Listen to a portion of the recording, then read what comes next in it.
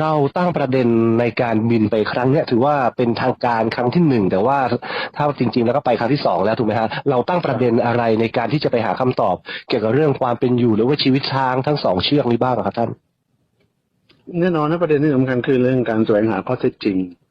เรียนท่านอธิบดีในฐานะภาคประชาชนผู้ติดตามสถานการณ์สวัสดิภาพของช้างไทยในต่างแดนมาอย่างใกล้ชิดมีความประสงค์ขอทราบคำชี้แจงและแนวทางการปฏิบัติของรัฐบาลในการเดินทางไปตรวจสอบข้อเท็จจริงณประเทศศรีลังกาในประเด็นดังต่อไปนี้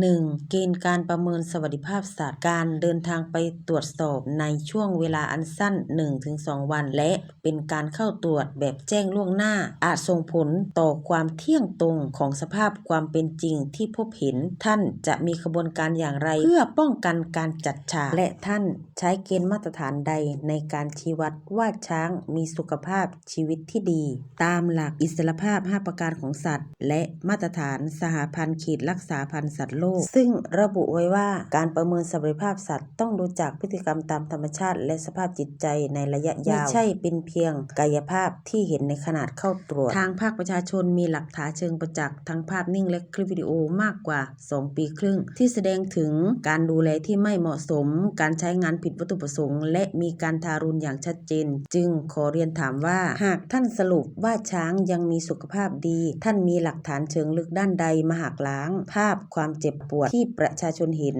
ลำพังเพียงภาพลักษณ์ภายนอกที่ดูดีในวันที่เข้าตรวจไม่สามารถหักล้างพฤติกรรมซ้ำๆที่บ่งถึงความทุกข์ทรมานในระยะยาวได้ท่านจะใช้เกณฑ์ชี้วัดทางวิทยาศาสตร์ใดเช่นผลเลือดระดับฮอร์โมนความเครียดหรือการประเมินสภาพจิตใจของสัตว์มายืนยันคำว่าสุขภาพดีเพื่อให้มีน้ำหนักเพียงพอที่จะตอบคำถามต่อสังคมที่มีหลักฐานวิดีโอมัดตัวอยู่ก่อนแล้วหากท่านมองว่าหลักฐานจากภาคประชาชนเป็นข้อมูลเก่าขอทราบความชัดเจนในเชิงนโยบายว่ามาตรฐานความใหม่ของข้อมูลสำหรับรัฐบาลคือระยะเวลาเท่าใดเช่นต้องเป็นภาพภายใน1 เดือนหรือ3 เดือนการที่ศรีลังกาเพิ่งปรับปรุงการเลี้ยงดูเพียงชั่วคราวในช่วงที่ทราบว่าจะมีการเข้าตรวจถือเป็นเกณฑ์ที่ท่านยอมรับได้ว่าผ่านเกณฑ์สำเร็จภาพแล้วหรือไม่เมื่อเทียบกับประวัติการดูแลที่ล้มเหลวมาโดยตลอดตามหลักกฎหมายสวัสดิภาพสัตว์ในระดับสากลหลักฐาน